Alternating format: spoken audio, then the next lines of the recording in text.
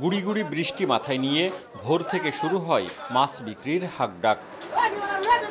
তবে চাহিদার তুলনায় রাজশাহী শহরের নওদাপাড়া বাজারে বৃষ্টির কারণে নেই পর্যাপ্ত সরবরাহ।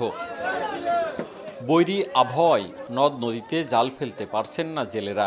এতে সরবরাহ কমেছে বাজারে। কেজিতে 20 থেকে 40 টাকা বেশি দামে বিক্রি হচ্ছে রুই, কাতল, মৃগেল, তেলাপিয়া সহ প্রায় সব ধরনের মাছ।